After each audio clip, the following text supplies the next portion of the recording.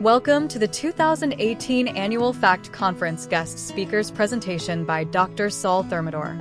We hope this presentation is a blessing to you today. Good morning.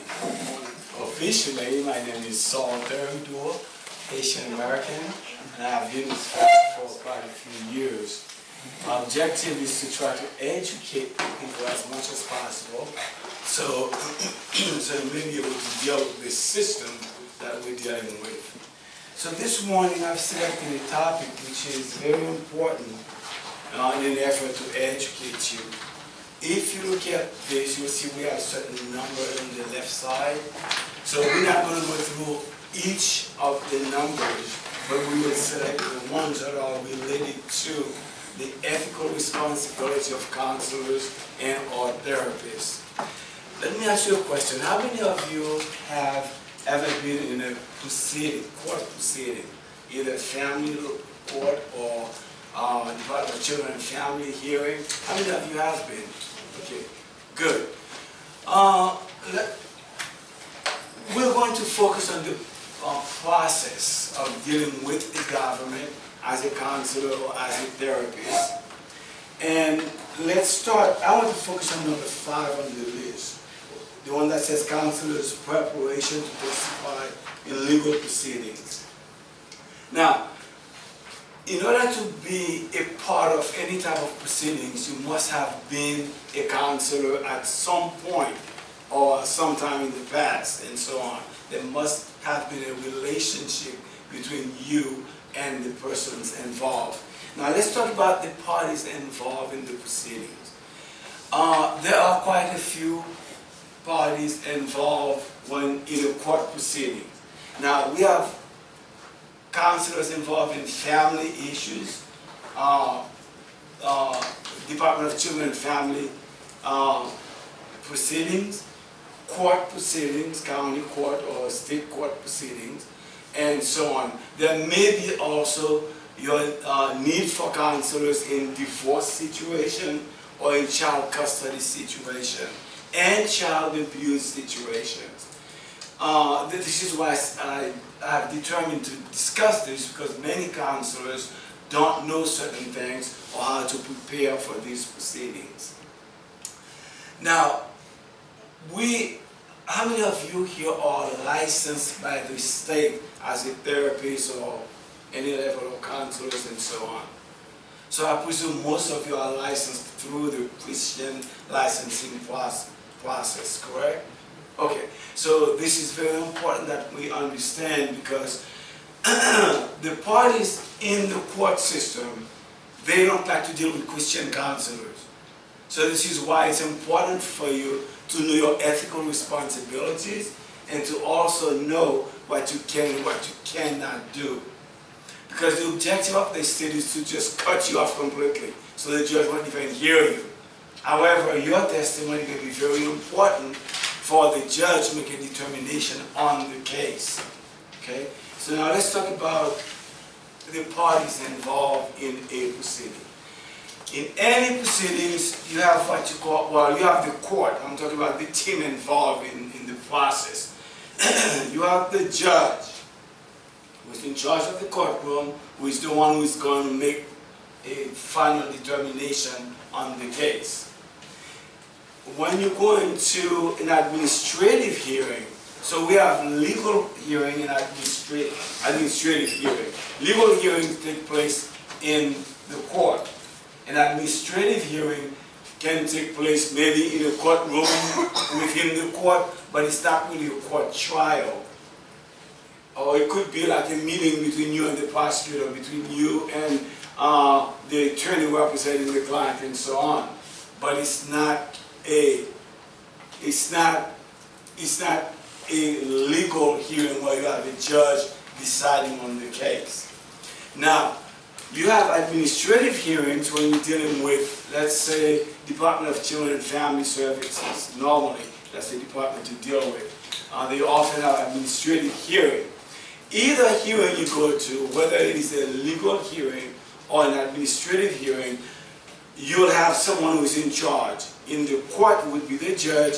In the administrative hearing could be a department head, a supervisor, a director, a district director, or someone representing the agency. Okay? Then you have you as a professional witness. Plus, you may have the family involved, or either a victim of the situation. Let me give you an example of being a victim of the situation where, let's say someone filed a false report against you or your family about child abuse. Then you are indirectly a victim also, even though the child may be the primary victim. So most of the time you may need an attorney to represent your interests, because when you are in a proceeding like this, the state usually represents the child because they consider the child to be a victim. But you indirectly is a victim. You may need to have your own lawyer, so you don't. So I'm talking about the family. May need a lawyer to represent the interests of the family. And then you have the system has you. Where we have the court, we have maybe an administrator or a judge. Then we have the child, if a child is involved. Usually, that's what happens, the child is involved. Then you have the family, which is the fourth party, who will be needing representation, and they have you as the fifth party. I don't know if you guys quite understand what I'm saying, right? Okay, so we have 5 parties. Each has a function, specific function. So, but I want to focus on you as a Christian counselor.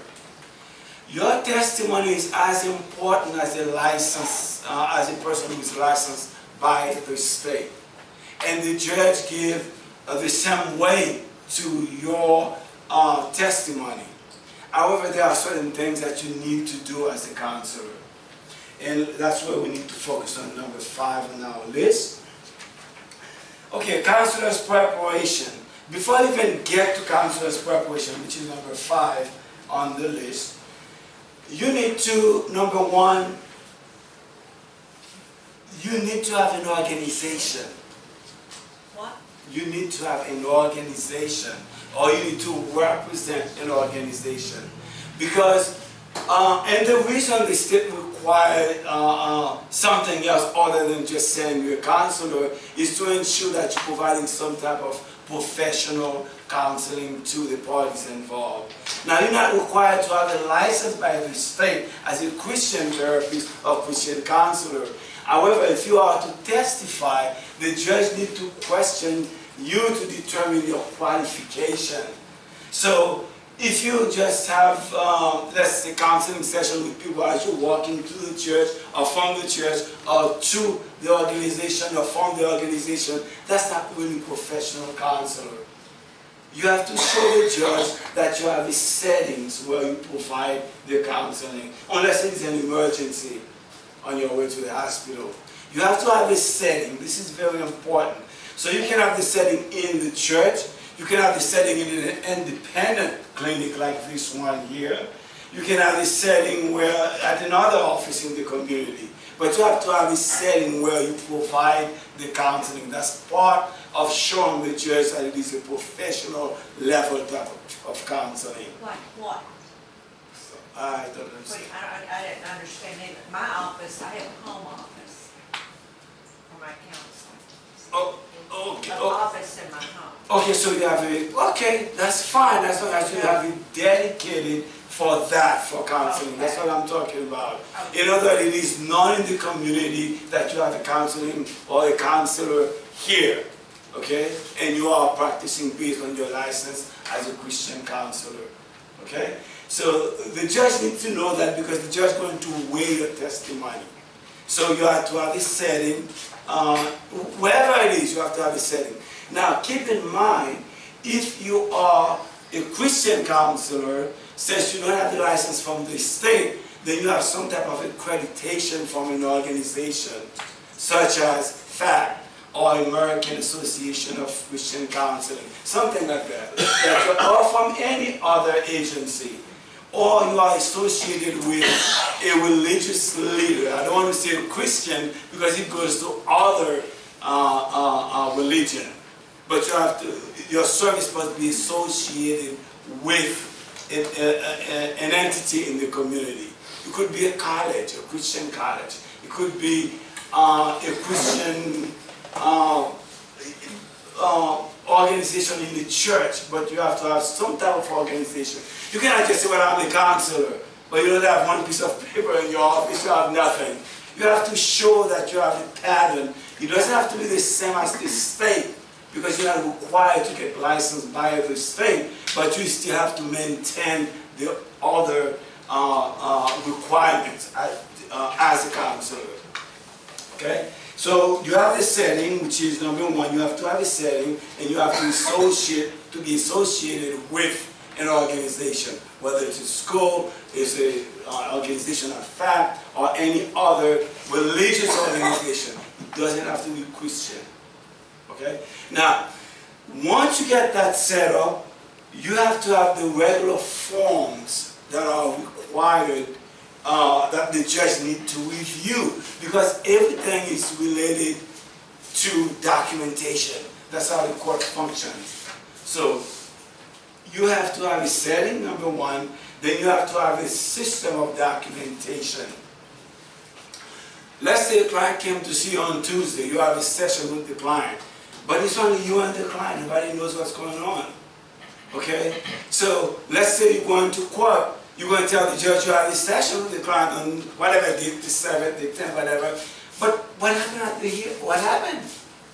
No documentation. You cannot mix them up because you have to have records. So it is extremely important that not only you have the setting, but you have a pattern that is followed. Those are things the judge needs to know before they can allow you to testify as a professional.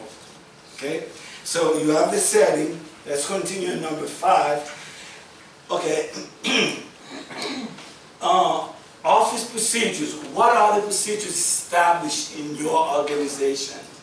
You have to have some type of procedures. You can tell the judge our office is open Monday to Friday, or by appointment only, or we open whatever number of hours, but there has to be a procedure, some type of formality. Not just, oh, I met this person here, we talked about it. That's not good enough. Okay? There has to be a setting, which we know, and we have to have an office procedures where we follow those procedures whenever we meet with a client. Now, even though the state won't regulate your action or your function during the counseling, it would be wise to get educated, to get some type of education, because it's a big competition between you and the other licensed therapists. Because their objective is to try to show the judge that you're not professional, that you don't have the credentials required. So to be a Christian counselor, you're not required to have a degree, but it would be good in that aspect if you are involved in testifying, whether at a divorce or at Department of Children and Family proceedings and so on. It would be wise to have a degree. And even though it's not required, but it's good, because when the judge has to certify you before they allow you to testify as a professional person. So those things are the ones that the judge used to assess your capability, to assess your ability to provide the professional service. They want to know how long have you been professing that profession, how long have you been doing it, which organization you're associated with, how have you been doing as a therapist, how many negative reports have been filed against you, how many people claim that you take their money, you do nothing. You know, they evaluate and they ask you questions before they allow you to testify. And they use all this information to weigh your capability and ability to provide the service. While you are in the court or in administrative hearing, because you know, well, you already know there are two of them, administrative and legal in the court. So when you are in there, remember each party in that proceeding have their own objective. You have the party that represents the government. Its the department that represents the government is usually there on behalf of the child. So they're not there to defend you as an individual therapist. Actually, they probably ask you questions, just try to embarrass you, to show the judge that what you're saying should be given less weight than another person who is licensed by Florida by another department. So don't get full belief because they're nice too that they are representing you. They are not. They usually represent the interest of the child, and they're usually there to show the judge that you are incapable. You're not licensed. You don't meet the standard. But the judge himself will question you to show that your testimony is as important as their testimony. So keep that in mind. You have the attorney that represents the interest of the client. Also, is not there to represent you. Let's say your child is the victim of a crime, a victim of abuse or whatever. You have the prosecutor representing the child. You have the lawyer representing you. So your lawyer is the only friend you have in that court setting. Okay, because the judge is neutral, but your lawyer is the only one you can depend on. Because everybody's trying to get information from each other to present before the judge so they can make the other look less than capable of providing the service. So be confident when you go in there, and then remember that if you have the lawyers, you and your lawyer, you are the corner by yourself. Okay? So don't give information to the other parties. That's very important, because the same information you give to them, they can turn around and use it to show the judge that you are not a professional that you claim that you are. So, very important. Let's continue. Still on number 5. In your office, I would suggest that you have an initial intake form. That's the normal procedure that we do at the state license level agencies. Get an intake form. Get some of the basic information on the intake form. Remember to have the intake form signed by the client or signed by you, a date. That's very important that you keep documentation. Actually, if you have like a book where your clients can sign in when they come in, that would be very helpful, because that would be very impressive to the judge to show that you are running a professional system. Okay? So get an intake book. You're not required to have it, but have it, because usually the court wants to see it if they're going to certify you to testify as a professional. Notes. Okay. Many therapists, or counselor, Christian counselor per se, don't take notes, or they don't write notes. They say they can do it later. Let me tell you, the judge will give more weight to notes that are written as the event occurring than notes that just been written a couple of days before the court hearing. Why? Because if you normally take notes, then the judge will presume that you're a professional who's been functioning at the same level as the state licensed person. But some people try to take all the notes at one time with one pen. They just write notes because they're going to court. That's not good enough. Don't show the notes just from the date you receive the notice. Your note needs to be ongoing as part of your agency. Okay? Now, while we're talking about notes, in therapy or in counseling, you need to think about these notes can be used for you or against you at the same time. So, regardless of what school of counseling you go to, they teach that, or how to write notes. But the most important thing in notes, you don't want to write too much. Very important, because in law, words have different meanings. So use just regular words. 9th grade level, 10th grade level, 11th grade level. Why? Because sometimes we write so many complex things, only a judge or a lawyer may be able to understand them. That's not necessary when you write notes. Write the notes as simple as possible. But if you're going to write notes, make it a complete sentence. Because judges get annoyed when they don't know what's going on. Lawyers have the pattern of reading or of understanding documents. You spend the first year of law school learning just how to write. So writing, legal writing is different than regular writing. So when you're writing FACCT, you're writing for a 10th grader, and then that would be very helpful for the judge to understand. When you write, please write complete sentence. Don't just say they. Who are the they? Okay? You have to write specifically, Miss Mary called at 7 o'clock p.m. on Friday and discuss, and you can put a short description of what you discuss. You don't have to give all the details of what they say, what you say. You put the date, you put the time, and you put either she came to your office or she called you and discussed, boom. But whatever you're going to write, don't write all the details. What you say, what he said, what she said, somebody else said, that's not required. That caused a lot of confusion. So keep it simple and keep the notes easy for the court to understand or for the other party to understand. Because if it's confusing, it's not good for you, it's not good for the court, it's not good for the child who is the victim. Okay?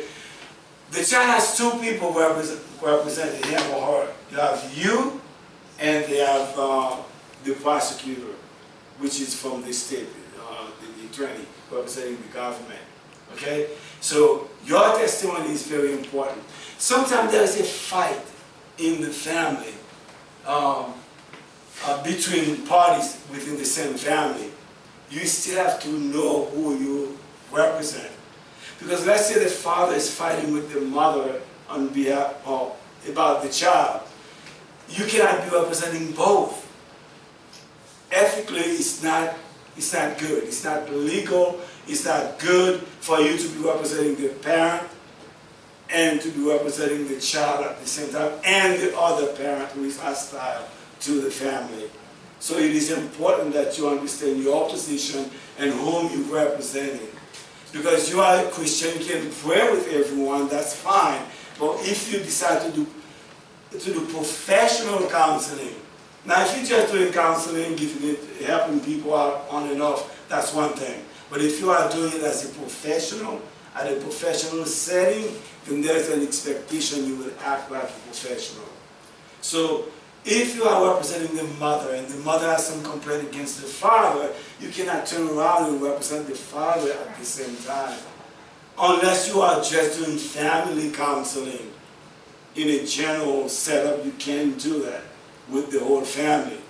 But if it is a case that you know from the beginning that will lead to court, then you need to determine at the beginning whom are you representing, or whom will you be representing in case you have to go to court. Always think about court when you're dealing with counseling, because sometimes things start slowly and they develop into very serious situations. So you as a therapist must be ready to have those chronological records from the beginning until up to wherever the case is going. And that's your responsibility as a therapist to have those documentation, because that's the only thing the judge can use to make a fair determination of what needs to be done in that case. So what I'm saying to you is that you are very important in that system, regardless of where you get your license, whether it's Christian, whether it's the one from the state, doesn't matter. Your credential is very important. And ethically, you cannot be representing multiple parties in one proceeding.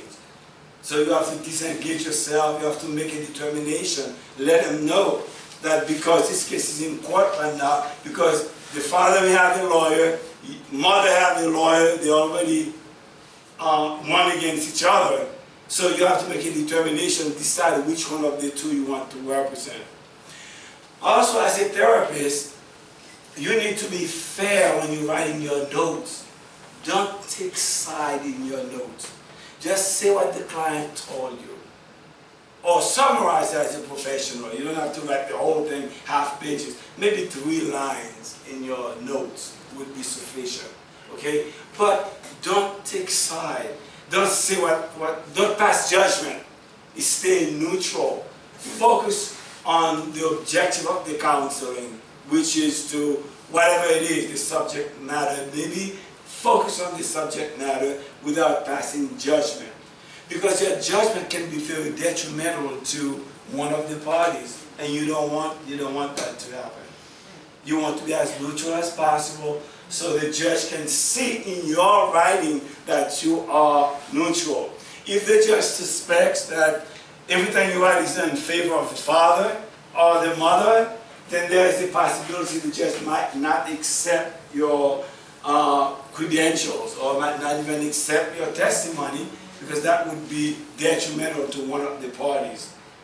So you must be as neutral as possible. Never take side, because your investigation, or your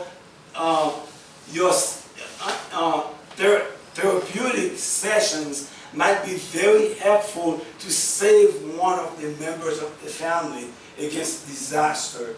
And unless you have certain experiences, you may never know how critical it is to remain neutral, and at the same time to gather facts gradually during these sessions, so you can build up a case, so you can understand what's going on with the family.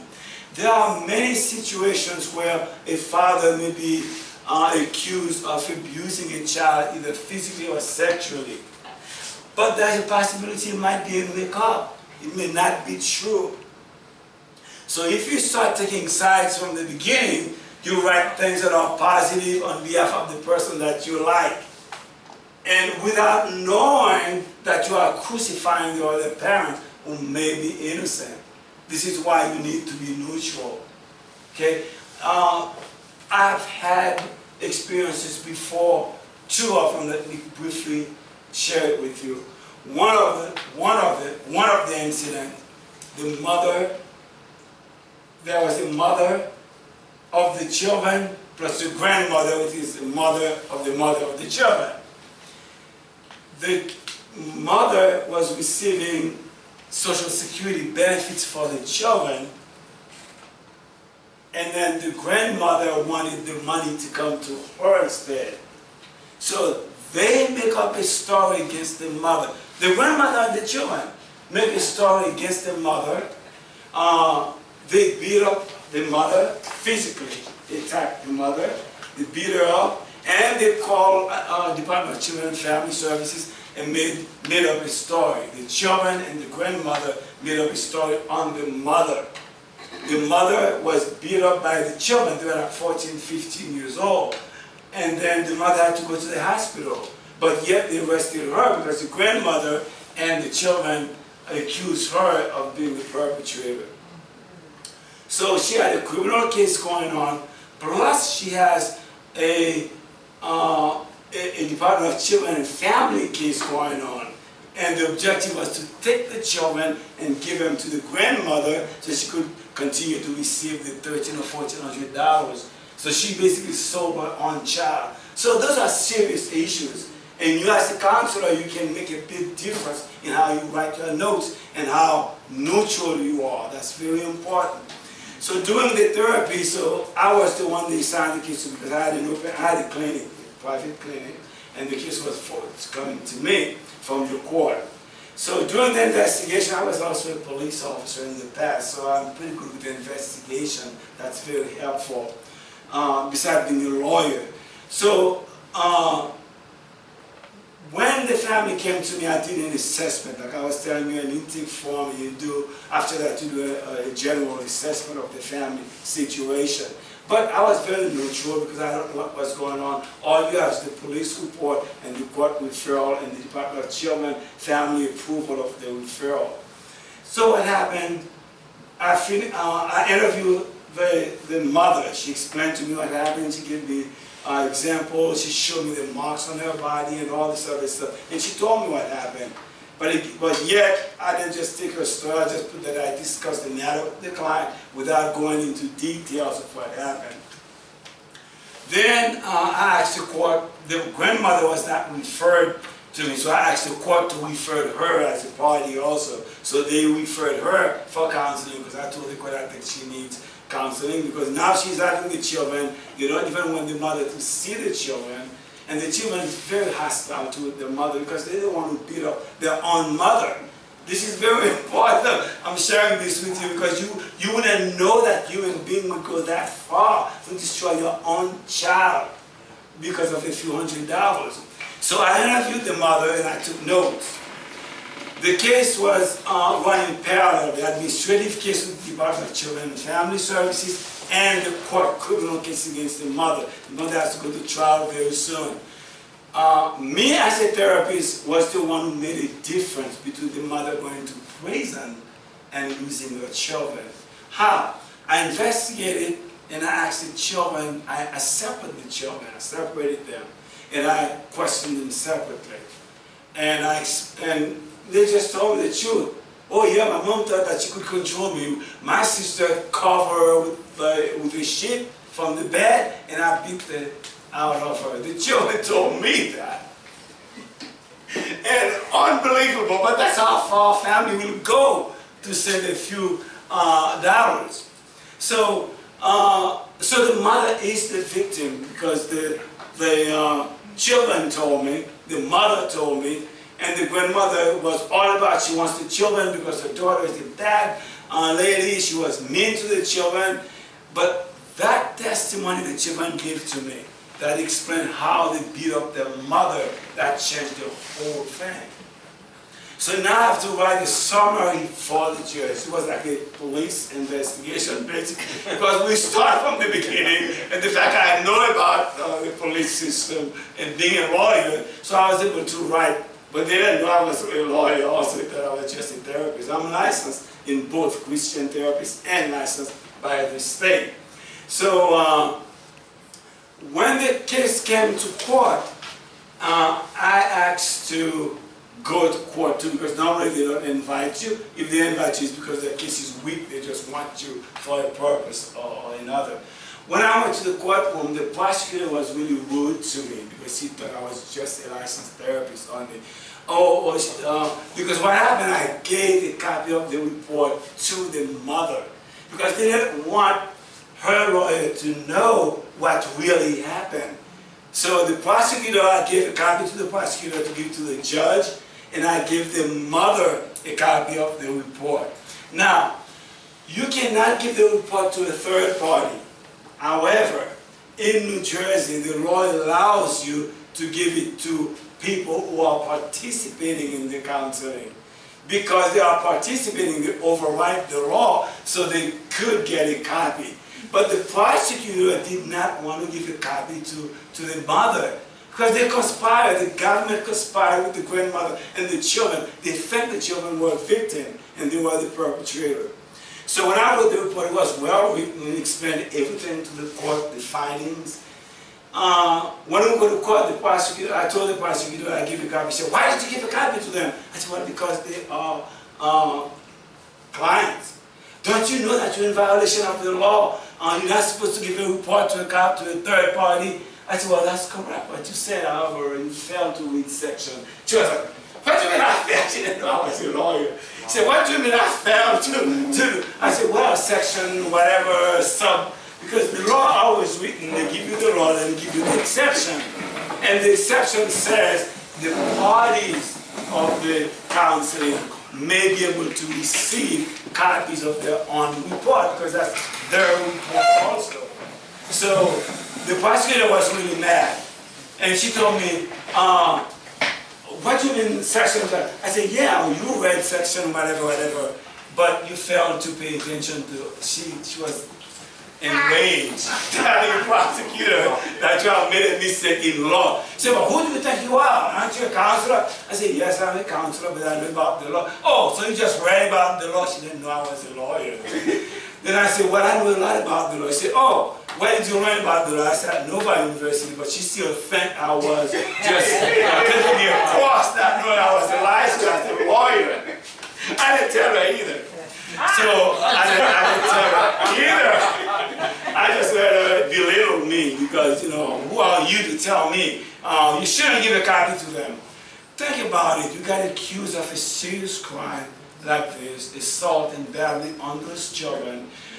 The government is about to take your child away from you and give custody to your mother. And your whole life, and you have a case, you may be going to prison for 5 years. There's a lot of injustice going on out there. So you are very important. So you need to take this thing very seriously, because your report and your presentation can make a difference between someone going to jail for 5 years and losing their children. So then when she thought I was someone who just read the law, I said, well, she said, oh, you went to law school, huh? I said, yeah, I went to law school. She said, oh, but you have to take the bar to be a lawyer. I said, I know that. She said, well, without being a lawyer, you cannot speak in the courtroom. I said, really? Is that so? So I didn't tell her anything, so I went to court. When the judge asked the party to stand, they asked for a therapist to stand. I stood. And they asked if the family has any lawyer representing them. The lady didn't have any money to go for a lawyer. The lawyer represented the children, the government lawyer represented the children. And I told the court that I'm unable to represent her as an attorney, but I'm able to represent her as a therapist because I'm the one who did the report. And now they start asking me about my credentials, and I say I'm a licensed attorney. That made almost pass out. She kept apologizing about that. I said, well, you know, I'm a licensed therapist. I'm licensed by the state of New Jersey. This is my license number. And so on. Then I told the court I'm also a licensed attorney and I do handle family laws, but in this case I'm not representing the family. Then he said, you what? You're a lawyer? Do you take the bar? I said, yeah, that's the only time I can be a lawyer. so that's what happened. So when the judge was overwhelmed to find out that the mother could have filed such a serious criminal charge against her own daughter for the purpose of receiving less than $1,400 from Social Security. She was ready to sell her own daughter for that. And the lady was crying because she was like shocked. She was, you know, that really touched me too, because she was going to prison for 5 years and they were waiting for the final report before they give custody of her children to the mother. And thank God the case was assigned to me. I did the investigation. The reason I'm sharing that to you is to let you know the importance of your task. So this is a very serious matter. It's not something because you want to make a couple of dollars, because there are other jobs that you could possibly do. But you put upon yourself the responsibility of being a therapist. So be a therapist. Defend what you stand for. That's very important, because your testimony can help someone else who is in distress. I had another short case. Let me share that with you to understand what's going on out there in the world. I have that was here in Miami. I have a mother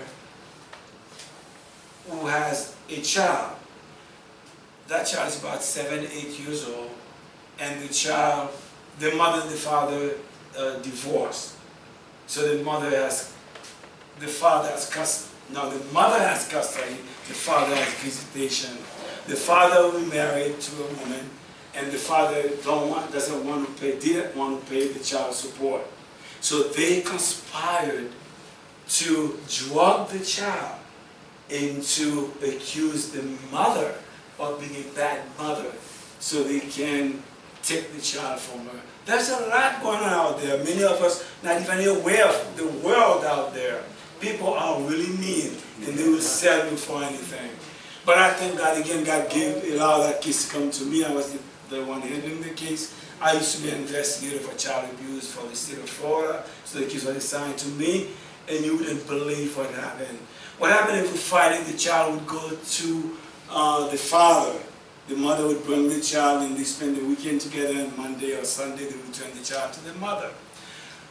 One day, the child was taken to an emergency clinic in the afternoon because he had an overdose. You see, they put the child at risk by giving him an overdose of cocaine for the sake to show that the mother used drugs, and then she allowed the child access to the drug. So after the father reported, the same thing happened. They took the child temporarily, give it to the father, which is what they wanted, and then mother is set for trial. So again, I think that case was assigned to me. Then when I started asking questions, I want to know, when did the child get to your house? How was the child doing in the daytime? The child was fine. But the child got sick after they brought the child to the father on Friday afternoon. But the child was okay all day. So I asked the child during the interview, without the parent being present, when did you start feeling sick? And that's how I know. He said, my mother gave me some tea to drink. My stepmother gave me some tea to drink. I was playing, and after I got dizzy and I got tired, then I went to sleep. Then I asked him, does your stepmother often give you tea to drink when you come? He said, no, we never had tea before, but that tea was good. it was filled with cocaine, and they make a liquid and give it to the child to drink. And the mother went to the clinic, and she said she had an appointment with the doctor since a couple of weeks for today, but because the child was sick, so they rushed the child to the clinic. I set up an appointment and met with the doctor. I said, but when did you have the appointment? The doctor said, well, I never had an appointment. The family brought the child to our office for an emergency because the child was sick. But remember, the mother just told me they had an appointment 4 weeks ago. So the doctor said, we never had an appointment, so I wrote all this down for the judge. And then, I asked the doctor, well, why did you send the child to have a drug test? Because they did have the child have a drug test. The stepmother wanted the drug test result to present to the court so they can get the money for the child support and take the child away from the mother. So this is why the doctor said, no, the mother called me, she requested the blood test 14 days ago. So you guys, you understand, the mother in advance requested a drug test, set up an appointment and paid for it. So there was no emergency on Friday. It was scheduled for that Friday. So that's how I found out that the stepmother was the one who planned the whole thing with the father. So they drugged the child so they can get custody of the child so the mother can go to jail. That's how mean people are. People look nice, they give you a nice smile, and they tell you all the lies, thinking, hoping that you'll never understand. So if you're not smart, you will not understand, and you will believe this is a normal occurrence, but it was always set up to send the mother to prison and to take her child. That's how bad people are. So I was able to write a report, so the mother and the stepmother and the father were prosecuted, and the child was returned to the mother. So this is a sample of your task as therapists, as counselors. The government depends on you, the court depends on you, the judges depend on you, and even the prosecutor depends on you. However, you will meet a lot of obstacles as a therapist, because very often the therapists who are licensed by the state, they try to belittle you as if your education is not equal enough, it's not good enough. But what I'm telling you, yours is as good as theirs, but you need to keep your professionalism and act accordingly. And have confidence in yourself when you speak, because they try to confuse you in the courtroom. That's what they do. They try to confuse you so they can get you to say things that you would not normally say. And if you don't know, you get panicked, you start talking a lot. Don't talk a lot when you go to court. Answer just a question. That's one of the issues I have with clients. They talk too much, give too much detail. Every detail you give to the prosecutor, to the judge, you create more questions. They want to know more. That's right. So if they ask you a question that requires a yes or no, just give them a yes or no. Don't explain. If they want you to explain something, they will ask you to explain it. Don't get into explaining. I have a question. I do. Okay. She said, I do. I do. I don't work with the children so much. I have a client who's on probation with an ankle monitor, GPS, and she has been assigned by the judge to see me until the next case, which is next week, her next trial. When I got on the stand last time, they're asking me about her progress. Okay. I don't know if they are allowed to see my notes. Okay, who was asking? The state prosecutor also asked me what we talked about in our sessions, and I saw my client's attorney look at me, there was something about I should not perjure myself. If I told what we discussed in our sessions, would I be? Okay, who referred the child to you? It's not a child, she's 40 Okay. years old. Who referred that person to you? Initially, she came on her own, and then we went to court, and the judge mandated that she continue to see me until our next hearing. Okay, and you do have an attorney, I mean, you had an attorney representing you? She does, because she had shoplifting charge. Okay, so, It's her charge. were they in court though, when they asked the question? So we went to court, yes, and the state prosecutor put me on the stand to ask me how, probably trying to discredit me.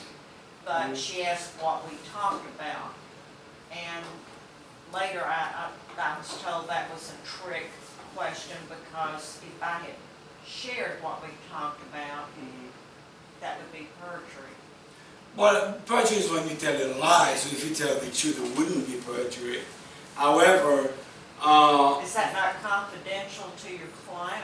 but you would have to claim confidentiality. If you don't, they're not going to, just like a constitutional right, if you don't claim it, the police will just take it. So I could just say that? Well, In other words, how do you claim it? you didn't have a lawyer. You didn't have a lawyer with you. Her lawyer, and I represent the client, her lawyer was with her. The state is prosecuting, trying to send her to prison. So you are on her side, Yes. representing her. Right. So your lawyer should have, the lawyer of the family was there? He was, but the state put me on the stand. And Yeah, but tried- they still should have objected. Oh, okay. Because if he doesn't, the prosecutor will keep on going. Got it. You just have, you would have to object and let the judge make a determination whether he should speak or not. Okay. Because if it is against the rules, the judge will say, well, the judge will agree and tell you not to answer. Oh. But the lawyer, because when you Should testify, you have to respond to the question. That's what you have the lawyer right there. Any question they bow to, actually I look at my client, I don't even wait for it to come out. I already objection, Your Honor, because I don't want it to show up in the transcript. But So- could I say our conversation that's confidential, or do I have to reveal what we discussed? Well, this is why your lawyer would object and the judge would make that determination. If the judge say you must respond, then that's override all rules. And if the judge agree with you, then you don't have to respond at all. But that's the job of your lawyer, to object to the question. You cannot object yourself. But technically, since, as she said, that the attorney was representing the client, her client. Yeah, but she and the lawyer and the client are one. That's what it's been determined. Okay. Technically, they are Okay, one. exactly. Like they state with the state witnesses, they are one, they have the same testimony, but you are one, you represent, you are there only for your client. And the lawyer is the lawyer for the client, so the lawyer should have stand up and tell the court, well, Your Honor, this is in violation of whatever rules or whatever. Oh, he missed that. Okay, so the state was really trying to get us. She said, He missed that. He missed So what that. actually happened in that moment then? My client that's doing the counseling with me is pretty savvy. She has a couple of doctorate degrees herself, and she nudged the attorney. okay, let's say something. Yeah, said, don't let her perjure herself, but I guess there were enough eye exchanges that went on from the state prosecutor and all that the state prosecutor just shut up and she said, never mind. Okay. So nothing was ever said, but my client saved herself. That's She good, nudged her. because that's the responsibility of the lawyer, Okay. to stop any question that doesn't sound right. Dr. Saul, just to make it a little clearer for her, I go to court a lot. Yes. I just got through with one sexual offender case that was almost impossible to win, but we won it. But just to let you know, if you're going in there as a Christian therapist, and it's a private client, you don't have to say anything. The judge won't make you say anything, he won't.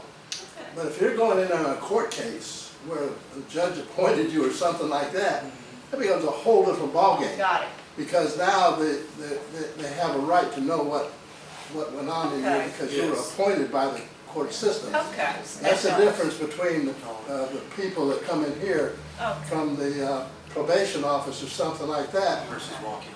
versus walk-in private, because if they come from the probation officer calls and say, what did you do this week with them? Got it. Well, basically, you're gonna tell them, Okay. because it's an open thing. But if it's a private client and you're losing your license as fact, you don't have to tell anybody anything. I mean, I just went through that, you can read the record on the thing, you don't have to tell them anything, and the lawyer will back you up, and the judges will back you up. But your lawyer didn't say much. I know, that's bad. He should. We are trying, all we're trying to do is just get her ankle monitor off and get her off probation. Yeah. Okay. So I'm supposed to be telling them, yes, she's made great strides. I write a letter every session. What you maybe should have done before you go to the court is write a last summary. I did. Okay, so that's good. Then everything the judge needs to know is in that summary, and you was. read it for the Yeah, judge. copy. So it shouldn't be. So okay, so I see why the prosecutor may have tried to trick you, because they already have what you have in that Yeah. report, and they wanted you to say something maybe that is opposite to it to show that you are And the not. prosecutor is vicious. with That's their the job, client. to be vicious. They want, I don't know why they want her to go to prison. But that's what they do. okay. That's all they do. They send people to prison. That's how they get numbers, and that's how they work. They get promotion. Yeah. That's what prosecutors do. They try their best to send you to jail. This is why you need the best defense you can afford. And then the judge assigned her to continue to see me 3 times a week, but she's still a private client. The judge told her to continue to see me 3 times a week. That's why he didn't assign her to you. That's not the right word. And the word you used a while ago wasn't appropriate. He tried to make that point for you. Oh. Okay, you can't perjure yourself unless you lie. And Dr. Saul I got brought that, that. yeah, correct. thank you. But no, you gotta be able to, if you did it right, you had them sign a thing that says, therefore for spiritual counseling, everything they say to you is totally confidential. If it's not, if they're signed by a judge or a state or something like that, that's a third party in that. You can't keep it confidential. At least I haven't been able to. No, you shouldn't be able to, because the party asks you to do the assessment for the party. Right. So you can't say, well, I take your money, I'm not going to tell you anything. You can't do that. So you have to provide it to the. You remember I told you earlier in my first story, that when the government refer the client to you, so the client, every party in the counseling may have access to the report, or each party, whether if you're part of the counseling. Okay, so in that case, the judge would be the judge made the referral, because the judge want to use you to get to know what's going on. Okay. However, there are certain circumstances where you can claim confidentiality based on the Christian level of confidentiality, which is different from the other type. Because you are a Christian therapist, you can, because everything that you talk with your client is basically confidential. More confidential than a regular licensed therapist. Okay? So let's continue. I think we have a so I can take a few more minutes. You have a question? No. Okay, good. We see number 5, the same number we're focusing on. Evaluation forms. Do you guys have evaluation forms in your offices? Evaluation, not just the intake. Okay, if you don't, then you need to create one. Reason why, if you want to go to court, even though you may not write any specific numbers or nothing, but a summary of the initial visit, a summary of what you've discovered. Because the client will tell you a few things when the client comes in, plus you as the therapist, you'll make your own observation. So you put what the client tells you, and you put your professional observation of what you observe. That is still for your record, but if the court subpoena the record, they will see the progress from the beginning to wherever or whenever you are After in court. after every visit the client makes with you? Well, see, we're talking about After every session? we're talking about two types. You have the notes, the counseling notes, which is usually like 2 or 3 or 4 lines. That says the client comes at such time to continue his counseling. The client will discuss, you can put we discuss, but you don't have to put details. You can put, we discuss issues, I usually put it vague. We discuss issues related to. But I don't tell, I put the to what? For instance, to housing, or to child care, or to child development, but I don't give any details. Details you can give in the court if you have details to give. So that keep you safe. Plus they don't know until you testify. And when you testify, you don't have to tell them everything, so they end up not being able to find out. Because you are protected and it's not written in the note. But yet, you write the session. You call it progress note. That's a specific form that has a bunch of lines in it. It has the date and time, it has the hour, and you have the section of what you discussed in the seminar. If you don't have one, try to make one up because it's very good. Then, that note doesn't have to be long. However, the initial assessment must contain some basic biographical information, and then the reason the client is referred to you, and then what was your observation during the initial assessment, your professional assessment. I have a question. Yes, sir.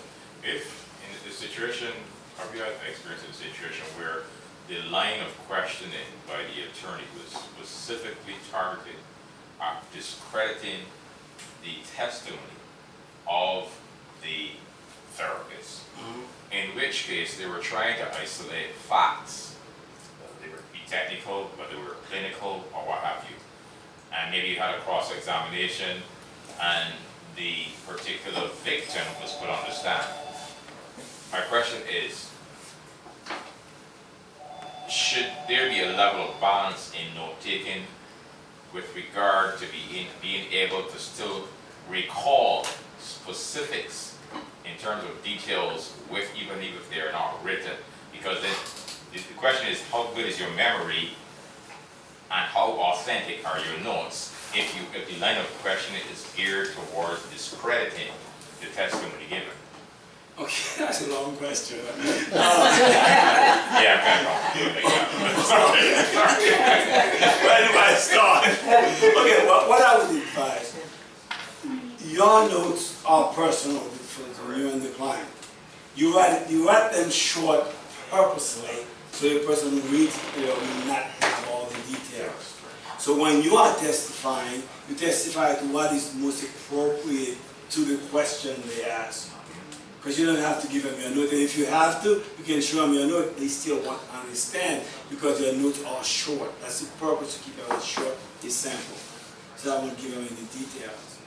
All right, so I know, of course, I've been in court before, those questions, but the thing is, obviously, try not to give too much information, or only information that is requested, specific. Like Well, sometimes we won't even give the information. If it's asked. If he's in violation of your thing, where your attorney would have to be, or party should then object to the line of question. Right? Yeah, yes, but if you don't have an attorney, you can object to it. Your Honor, this is confidential according to whatever rules that govern our conduct. You use whatever agency, whether it's the state or FACCT or whatever, it is against it. And let the judge make a determination. Okay, judge won't go wrong. We covered 2 or 3 more points. Okay, you need to complete your notes. We talked about notes. We talked about assessment. Bias opinion. I mentioned that earlier to you before. Your opinion must be neutral, unless you must be neutral but related to whatever issue that you encountered during the assessment. But don't take side. This is extremely important, because once you take side, the prosecutor will hang you. Yeah, because they will notice that you are for the child, or for the mother, or for the father. Therefore, your credentials are useless to them. Okay? When they judge at you for your credentials, initially before you start testifying, because the court determined that you are eligible to testify. Ensure you give it to him or her in a chronological order. For instance, I will see my bachelor, whatever. I will see my master or doctorate for whatever. I'm a member of whatever organization. They will ask you, how long have you been? How many cases similar to this one have you had? Get all these answers. Every time you go, oh, I don't remember, that irritates the judge. They want answers. So just go. Plus, that devaluates your level. You have to, that makes the judge feel that you may not be telling the truth and you may not be serious. Just a little introduction I learned early on. Let your attorney qualify you. Don't let the other attorney qualify you. Always let your attorney qualify you, because he'll come out the best and ask you questions and feel more comfortable. When the other guy comes out, he'll say, Freedom University, what do you pay $25 to get that degree? So let your attorney qualify you. I learned that was a big lesson. Okay, just that's true. What I just mentioned is in number 7. Your physical and physiological demeanors, they are watching you, they are looking at you. And if they determine that you are weak, they will go into that weakness to make you embarrassed. They may even try to go into your personal life. Don't let them. Because that's off limit. That has nothing to do with the counseling. So don't answer the question. You can't tell them you're not answering a question, either based on confidentiality or based on the violation of your constitutional right, because you are in proceedings, in legal proceedings. Okay? So, there's another thing about giving deposition. I wanted to mention that too. Deposition is different from a trial. Deposition occurs usually before trial. Normally they would send you a letter to either come to their office or come to a neutral place, so the lawyer representing the party may question you. The purpose of the deposition is to gather information to be used at the trial, either for you, for your client, or against you. So you need to know who you're representing at that deposition.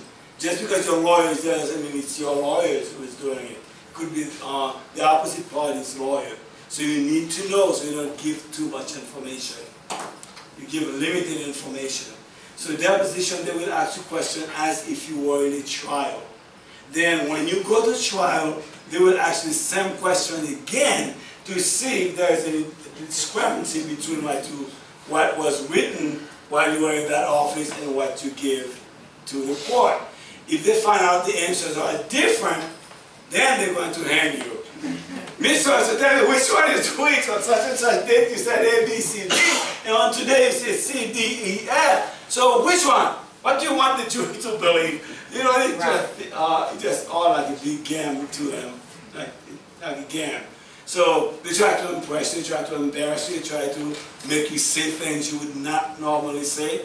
So stay calm. Know who you are, know your credentials before you even go, and don't change any story. Sometimes they ask you questions, well, we don't want, and then we're just going to say yes or no. Tell them, I'm unable to give you a yes or no, because this requires explanation. Because when you say yes, they take the yes, they run with it, and they say you're a liar. When you say no, they say, well, but on such day you told so-and-so, that. So what you do is say, well, I can't answer yes or no, but with an explication, an explanation. Otherwise, I won't be able to answer that question. Okay, so besides self-incrimination, you have constitutional law violation. So you this protect you. Okay? Now, we're about to end right now because I had a few minutes extra. But what I would suggest to you, remember to set up your practice. Okay? You are protected by the law. They still won't bother you as long as you focus on providing Christian counseling. But as a counselor, you need to act professionally because the court expects your conduct to be similar to the people who are licensed by the state.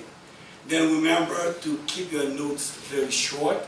to write notes for every session. If your client calls you on the telephone to ask you a question, when you get to the office, right on such a date, time, client call and discuss 2 questions about da-da-da.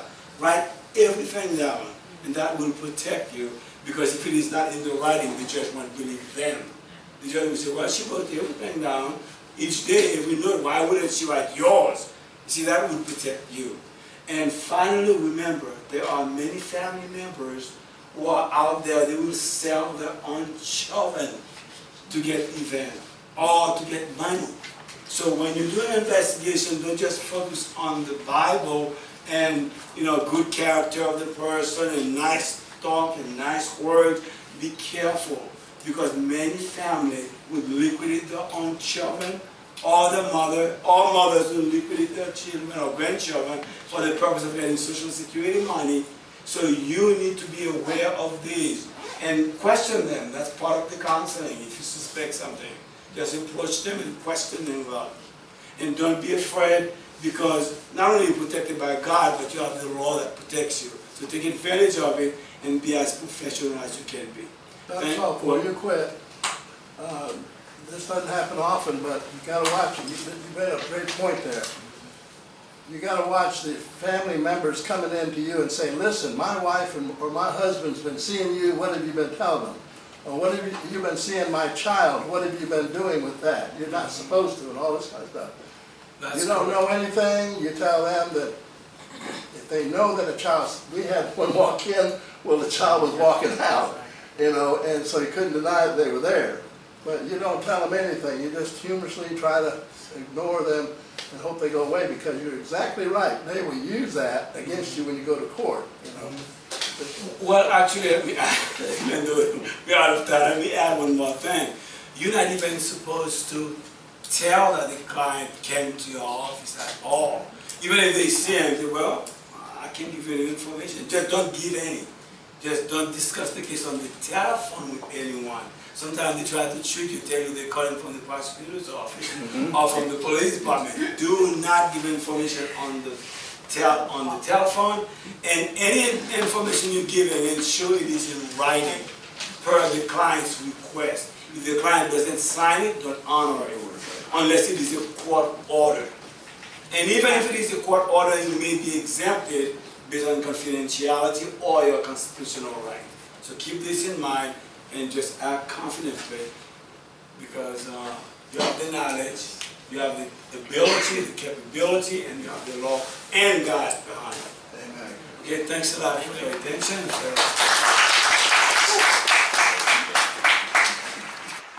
A very special thank you to Dr. Saul Thermidor for that wonderful presentation.